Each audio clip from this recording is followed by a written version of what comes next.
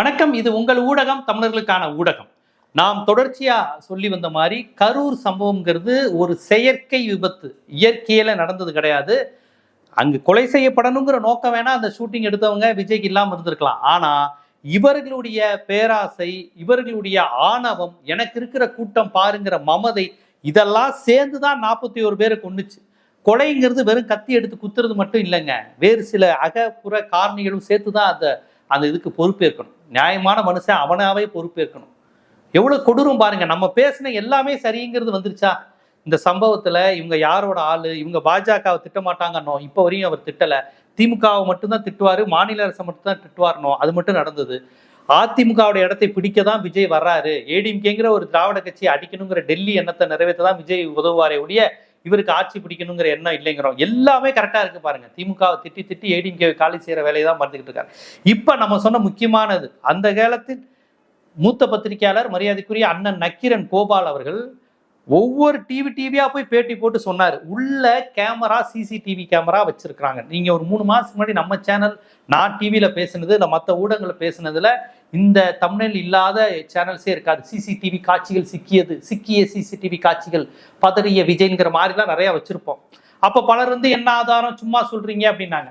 நக்கீரன் கோபால் அவர்கள் அடிச்சு சொன்னாரு, ஆதாரத்தோட சொன்னார், உள்ள நீ கேமரா வச்சிருக்க, உள்ள கேமரா, நீ காருக்குள்ள சிசிடிவி கேமரா, இதெல்லாம் நீ ஆஃப் பண்ணு, நேரடியா என்னன்னு நீங்க வெளிப்படுத்தினீங்கன்னா உண்மை தெரிஞ்சிடும். நாங்க உள்ள யார் யார் இருந்தாங்க, எதுக்கு இருந்தாங்க, எத்தனை பேர் இருந்தாங்க, அந்த கூட்டம் வரும்போது இவ்வளவு கூட்டம் வர்றத நீ என்னென்ன ஷாட்ல நீ எடுத்த, நீ தனியா கேமரா ஷூட் எடுத்தியா, வேனுக்குள்ள வச்சு ஷாட் எடுத்திருக்கியா? ஏன்னா ஒரு சினிமா ஷூட்டிங்க்கு இத்தனை பேர் ஒரு மக்கள் தொடர்பு, ஒரு பிஆர்ஓ மாதிரி யாரையா கூட்டையோ ஒரு கூட்டம் மாதிரி காமியான்ட்டு போயிடுவாங்க.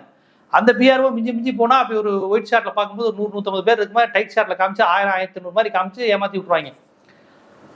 ஆனா இவர் என்ன, யதார்த்தமாவே எனக்கு கூட்டுற மாதிரி ஒரு பெரிய கூட்டம், அரசியலுக்கு வேற வரப்போறேன் இல்ல, படத்துல கிளைமேக்ஸ்ல அப்படி இப்படி இருக்கணுங்கிற மாதிரி நக்கீரன் கோபால் அவர்கள் சொன்ன மாதிரி அந்த மாதிரி இவங்க எடுத்துருக்காங்க. அந்த மக்களுக்கு ஷூட்டிங்னா என்னன்னு தெரியாது, ஒண்ணும் தெரியாது. விஜய் வராருங்கனால அவனையும் நிக்க வச்சு 1000 பேர் நிக்கிறான் போதாது, 10,000 பேர் வெயில நிக்கிறான் போதாது, தலைவா 50,000 பேர் 60,000 பேர் நின்றுகிட்டே இருக்கான், குழந்தைங்க செத்துக்கிட்டு இருக்கு, வெயில்ல பொம்பளைங்க எல்லாம் உங்களுக்காக செத்துக்கிட்டு இருக்கிறாங்க. வர்றாங்கன்னொன்னே அந்த பாகுபலி படத்துல அந்த சிலை கீழே விழும். அவர் நாசர் சொல்லுவார், ஒரு மன்னருக்காக இத்தனை பேர் உயிர் போனா அது பெருமை தானே, அதெல்லாம் நடக்கத்தானே செய்யும். ஒரு பெரிய பாசிச சக்கரவர்த்தியினுடைய சிலை வைக்கும் போது அந்த சிலை கீழே விழுந்து 100 பேர் செத்து போனா அதுதான்டா வரலாற்றுல செய்தி எனக்கு அப்படின்னு ஒரு சர்வாதிகார துணியில நாசர் டயலாக் பேசுவார். அதுதான் விஜய். இத்தனை பேர் காத்திருக்காங்க வெயில்ல, இவன் ஏசி ரூம்ல வரானுங்க. இவனுங்க பனையூர் ஏசியில இருந்து, ஏர்போர்ட் ஏசியில இருந்து தனி விமானம் பிடிச்சி ஏசியில வந்துட்டு இருக்கான். அவன் வெயில்ல நிக்கிறான். நமக்காக 10 நிமிஷம் வெயில நின்னான், அரை மணி நேரம் நின்னாலே ஒரு தலைவன் பதறணும். எனக்கு நல்லா நினைவு இருக்கு, இவங்க பாரிஸ்ல அந்த இந்த தெரு பக்கம் நினைக்கிறேன் நான், மண்ணடி பக்கம் ஒரு மீட்டிங், சீமா பசீர்னு ஒருத்தர் அப்ப மதிமுக இருந்தாரு, இப்ப ஏடிஎம்கே நினைக்கிறேன், ஒரு மீட்டிங் அரேஞ்ச் பண்றாங்க. பத்திரிகையாளர்களுக்கு உட்கார இடம் போட்ட சீட்டு முழுக்க வெயில் அடிக்குது. வைகோ மேடையில இருந்து சீமா பசீரை கூப்பிட்டு சொல்றாரு, வெயில் மூஞ்சிக்கு நேரம் அடிக்குதுப்பா. உடனே பத்திரிகையாளர் சொல்றாங்க, பரவாயில்லைங்க, நாங்க வெயிலி மலையில தானே செய்தி எடுப்போம், உட்காந்துக்கிறோம். இல்ல அது இது போட முடியாது, ஒரு சின்ன சந்துதான் மண்ணடியில. எப்பா நாங்க ஷெட்டுல இதுல இருந்துகிட்டு இருக்கிறோம், வெயில் மூஞ்சில் அடிக்குதுப்பா, நீ எப்படிப்பா பத்திரிகையில எழுதுவ? பத்திரிகையாளர்களுக்கு ஏதாவது ஒரு ஆல்டர்னேட்டிவ் பண்ணுங்க, இல்ல நமக்கு தொண்டர்கள் மத்தியில் ஏதாவது சீட்டு போடுற மாதிரி பண்ணுங்கிறார்.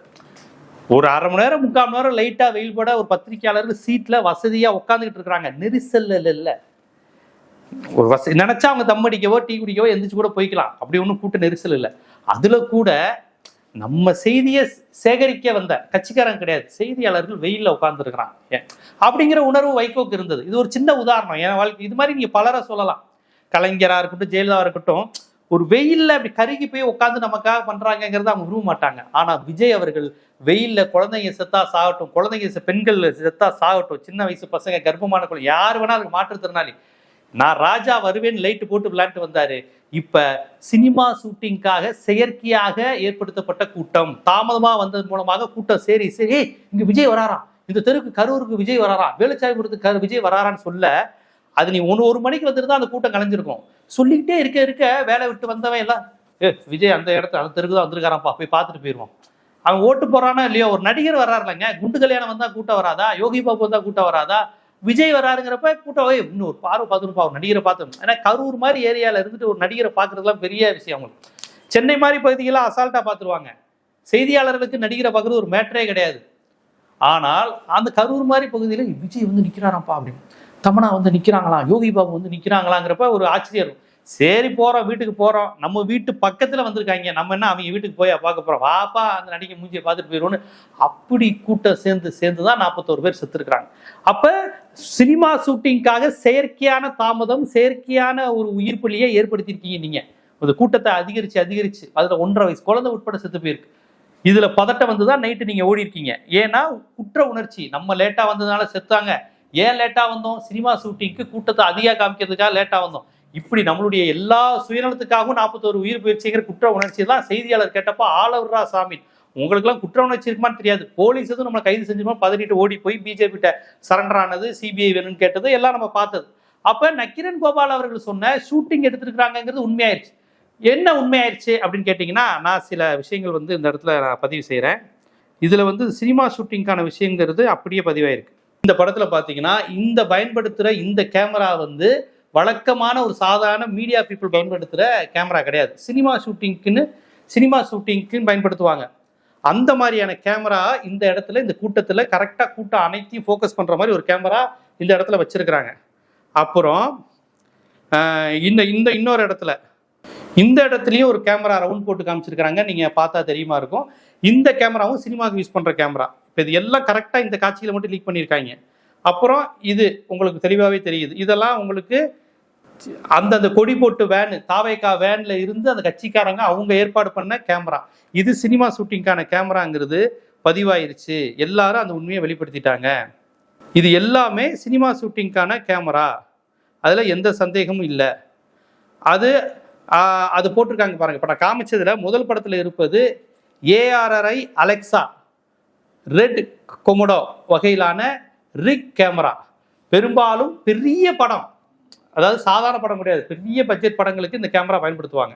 ரெண்டாவது படம் காமிச்சேன் பார்த்தீங்களா, அது வந்து கிட்டத்தட்ட 20+ ப்ரொஃபஷனல் DSLR கொண்டு அனைத்து மக்களையும் படம் பிடிக்க வேண்டிய கேமரா. இப்போ இந்த இரண்டுக்கு மறுப்பு அவங்களால சொல்ல முடியாது. இப்போ இந்த பிஜேபி வெளியிட்டுச்சா, சிபிஐ வெளியிட்டுச்சா, அதுக்குள்ள நான் போக விரும்பல. ஆனால் இவங்க இதை பண்ணியிருக்காங்கன்னு தொடர்ச்சியா நம்ம போன்ற ஊடகங்கள் சொல்லிக்கிட்டே இருந்தோம் இல்லையா. அப்போ கூட விஜய் ரசிகர்களுக்கு அப்பெல்லாம் இருக்காதுன்னாங்க. செந்தில் பாலாஜி ஸ்ப்ரே அடிச்சு கொண்டுட்டார், செந்தில் பாலாஜி கத்தி வச்சு குத்திட்டார். அந்த செந்தில் பாலாஜி சிபிஐக்கு போயிட்டு வந்து என்ன நடந்துச்சு ஏது நடந்துச்சு நிறுத்தி நிதானமா பேசிட்டு போயிட்டாரு செய்தியாளர்கிட்ட. ஆனா விஜய் மீது என்னங்க நீங்க ஷூட்டிங் எடுத்துதான் இத்தனை பேர் செத்து போயிருக்காங்கன்னா பதில் வரல. இது ஷூட்டிங் எடுத்ததுங்கிறது இப்போ கிட்டத்தட்ட உறுதியாயிருச்சு. விஜய் மட்டும் கைது செய்ய மாட்டாரு, இந்த சினிமா தொடர்புடைய ப்ரொடக்ஷன் மேனேஜரு, ப்ரொடியூசரு, இயக்குனர் யார், H வினோத்னு நினைக்கிறேன், ஜனநாயகம் H வினோத் தானே, H வினோத் உட்பட கைது செய்ய வாய்ப்பு இருக்கு. அப்போ அவர் உண்மையை சொல்லணும். சார் நான் டைரக்டராக இருந்தாலும் விஜய் தான் சார் ஆசைப்பட்டாரு, அவர் ஆசைக்காக தான் பண்ணோம்னா அவர் விஜயை பார்த்து சொல்லணும். ஏன்னா சில நேரங்களில் இயக்குநர்களை நடிகர்கள் டாமினேட் பண்ணுவாங்க. நான் என்ன சார் பண்றதுன்னு H வினோத் நான் ஒரு பிள்ளை பூச்சி சார்னு கூட சொல்லலாம். இருந்தாலும் படத்தின் இயக்குனர் என்ற முறையில், தயாரிப்பாளர் என்ற முறையில், ஈவன் ஒளிப்பதிவாளர் என்ற முறையில் கூட நீங்க எப்படி பெர்மிஷன் வாங்காம ஷூட்டிங் எடுத்தீங்க? ஒரு சினிமா ஷூட்டிங்கை பொது இடத்துல எடுக்க முடியாது சார். கள்ளலர்களுக்கு கூட்டம் கூடுறத வந்து நீங்க சினிமா ஷூட்டிங்கா எடுத்துட்டு போய் காமிக்க முடியுமா? கிடையாது. ஆர்கியூ ஷாட், ஏற்கனவே இருக்க ஷாட்டை தான் நீங்க படத்துக்கு பயன்படுத்த முடியும். பொதுமக்களுக்கு தொந்தரவு தர மாதிரி நீங்க ஷூட்டிங் எடுக்கவே முடியாது. அது பெர்மிஷன் வாங்கியிருக்கணும், அந்த கூட்டப்பட்ட கூட்டமா இருக்கணும், சினிமாக்காரங்களா இருக்கணும், அனைவரும் துணை நடிகர்களா இருக்கணும், அம்பிட்டு பேருக்கும் பணம் கொடுத்துருக்கணும். நீ பணம் கொடுக்காம விஜயை பார்க்க வரணும்னு சொல்லிட்டு அப்பாவிகளை கால் நடக்க முடியாது, கை நடக்க முடியாதுங்க, கர்ப்பிணிகள், குழந்தைகள் எல்லாரையும் கொலை செஞ்சுட்டு ஷூட்டிங்காக நடந்த கொடூரம் இவ்வளவு கேவலம். இவர் தான் இந்த நாட்டை ஆள போறாரா? தன்னுடைய சினிமா ஷூட்டிங்காக 41 பேரை பலி கொடுத்துருக்காரு பாருங்க. அதை பத்தி அவர் கவலையே இல்லை. வெயில், பெண்கள், குழந்தைகள், நெரிசல், பாவம், பசி, குடிதண்ணி இல்லை, இதை பத்திலாம் விஜய்க்கு தெரியாது. ஷூட்டிங் ரெடியா, செம்மையா வரும் அண்ணே, 1000 பேரோட 10,000 பேரை டைட் ஷாட்ல காமிச்சா கும்முன்னு இருக்கும், வைடா ஷாட்டை. அதுக்கு என்ன செய்யணும்? அண்ணே நீங்க 12 மணிக்கு வரோண்ணா, 1 மணிக்கு வாங்க, 2 மணிக்கு, அண்ணே இன்னும் வரலண்ணே, 3 மணிக்கு, அண்ணே இப்ப வானே, நைட் கும்முன்னு இருக்குண்ணே, கூட்டம் அள்ளுதுனே, திருவிழா, கல்லழகு, சித்திரவிழா அதெல்லாம் கிடையாதுண்ணே, இதுதானே கூட்டம், கத்திட்டு கிடக்குறானே விஜய் சாகுறானே, 12 மணி நேரமா சாகாம இருக்கிறான், ஒரு பயிலுக்கு நாங்க தண்ணி தரல, பக்கத்துல கடையெல்லாம் அடைச்சிட்டு ஓடிட்டான், ஒருத்தனுக்கு சாப்பாடு தரல, ஒருத்தனுக்கு தண்ணி தரல, எங்க யூரின் பாத்ரூம் எங்கும் போக முடியாது, அப்பவே அரை மயக்கத்துல இதுல இருக்கிறான். அவனை பார்த்தோன்னே இப்போ தண்ணி அடிச்ச மாதிரி போதையில தலைவான்னு சொல்லுவான். அந்த நேரத்தில் நீங்க ஷாட் எடுத்தா நல்லா இருக்குங்கிற மாதிரி அந்த அவ்வளவு தூரம் லேட்டா வந்து கூட்டத்தை கூட்டி ஷார்ட் எடுத்திருக்காங்கன்னு வந்தாச்சு. நக்கீரன் கோபால் ஏற்கனவே சொல்லியிருக்கிறாங்க. அவர் சொன்னதுல உள்ள ஆதாரங்களை சுட்டி காட்டியிருக்கோம். இப்போ போட்டோ பிக்சர்ஸ் வந்துருச்சு, வீடியோ ஆடியோங்கிற மாதிரி போட்டோவே வந்துருச்சு. இந்த கேமரா எதுக்கு சம்மந்தம் இல்லாம யார் பயன்படுத்தினதுன்னு. அப்புறம் ஆம்புலன்ஸை திட்டமிட்டே வர வச்சிருக்காங்க. ஏன்னா கொலை பண்ணது இவங்க தான் விஜய் சொன்னார் இல்லைங்களா. இப்ப விஜய் வாயால ஒரு டயலாக் வருது, ஆம்புலன்ஸை உள்ள விடுங்கப்பா, ஆம்புலன்ஸை கூப்பிடுங்கப்பாங்கிறாரு. அப்ப ஆம்புலன்ஸை கூப்பிட்டது நீங்க, ஆம்புலன்ஸை வர வச்சது நீங்க, கேமரா இந்த கூட்டத்தை எடுக்கணும்னு ஆசைப்பட்டது நீங்க, அந்த ஷூட்டை எடுத்தது நீங்க, லைட்டு போட்டது, ஷூட்டிங் எல்லாமே இப்போ உறுதியாயிருச்சு. இப்போ விஜய், வினோத் எல்லார் மீதும் சட்டப்படி நடவடிக்கை பாயும். ஆனா பாஜகவின் நேர்மையை பாருங்க, இதெல்லாம் அவங்களுக்கு அப்பயே தெரியும். சிபிஐ கேஸ்க்கு மாற்றும் போதே விசாரணையில உடனே அந்த எம வாகனமா, அந்த பேர் என்ன சொல்றாங்க, அந்த பஸ்ஸா லாரி, அதுல உள்ளதான் நீங்க பறிமுதல் செஞ்சிருப்பீங்க. அப்ப இருந்து உங்களுக்கு சிக்கிருக்கு. ஆனா நீங்க விசாரணைய கரூர்ல 41 பேர் செத்தானே அவனுக்காண்டி நடத்தல. இவரை பிஜேபி கூப்பிடலாமா வேணாமா, இந்த பீஸை எப்படிலாம் பயன்படுத்திக்கலாம், இப்படிங்கிற அரசியல் நோக்கத்துக்காக மட்டும்தான் நீங்க பயன்படுத்தினீங்க. விஜயும் தன்னுடைய சுய லாபத்துக்கும் சுய மோகத்துக்கும் தன்னுடைய ஆணவத்துக்காண்டி தான் இந்த கூட்டத்தை பயன்படுத்தினாரு. 2 பேருமே மக்களை வச்சு விளையாண்டுக்கிட்டு இருக்கீங்க, சிபிஐ, பாஜக, விஜய். அதனாலதான் வேகமா தமிழ்நாடு அரசு விசாரிக்க கூடாதுன்னு இவங்க சிபிஐ கேட்டு மாத்தினது. அது பாதிக்கப்பட்டவங்க கேட்கறாங்கன்னு ஒரு டிராமா போட்டு மாத்தினது. புரியுதுங்களா? சிபிஐ தான் இவ்வளவு நாள காப்பாத்திட்டு இருந்திருக்கு, இந்த காட்சியை வெளியிடாம. இப்ப ஏதோ ஒரு இஷ்யூல, பிரச்சனையில, பேரம் பார்கெனிங் ஏதோ இஷ்யூல வெளியிட்டாங்க. இப்ப நம்ம பேசுனது எல்லாம் சரின்னு தோணுதா?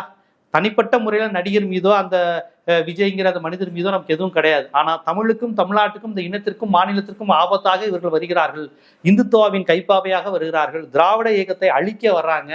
ரசிகருங்கிற அந்த போதையை ஏற்றி வரக்கூடிய ஒரு கஞ்சா வியாபாரியா விஜய் வர்றாரு அப்படிங்கிறத உணர்த்ததான் நம்ம தொடர்ச்சியா பேசிக்கிட்டு இருந்தோம். நம்ம பேசுனதுல இருந்து பின்வாங்க வேண்டிய அவசியம் இல்லை, உண்மைன்னு தெரிஞ்சிருச்சு. இப்ப இந்த வீடியோ ஆதாரமான போட்டோஸ்களை வச்சு சட்டப்படியான நடவடிக்கை சிபிஐ எடுக்குமா, பாஜக எடுக்குமா, இல்லை வழக்கம் போல நடிகர்கிட்ட வேறு சில பேரங்களை பேசுவாங்களா அப்படிங்கிறத நீங்க தான் கவனிச்சுட்டு சொல்லணும். ஆனா அம்பலப்படுத்த வேண்டியதை, தோலுரிக்க வேண்டியதை மக்கள்கிட்ட தொடர்ச்சியா ஜனநாயகத்தை காப்பாற்ற வேண்டிய கடமையில் உள்ள ஊடகங்கள் வெளிப்படுத்தி கொண்டே இருக்கிறோம். நம்ம ஜீவாட்டுடைய அதை செஞ்சுக்கிட்டே இருக்குங்கிறத மீண்டும் ஒரு முறை ஆதாரத்துடன் சொல்லி இருக்கிறேன். நம்ம பேசுனது சரிங்கிறதுக்கு இந்த போட்டோஸ் எல்லாம் மீண்டும் ஒரு முறை ஆதாரமாக வந்திருக்கிறது. இது போன்ற அரசியல், சமூகம், சினிமா, ஜனநாயகம் போன்ற பல்வேறு விழிப்புணர்வு காணொலிகள் உங்களை வந்து சேர்வதற்கு ஜீவாட்டுடைய சேனலை சப்ஸ்கிரைப் பண்ணுங்க, ஆதரவு தாங்க. நன்றி.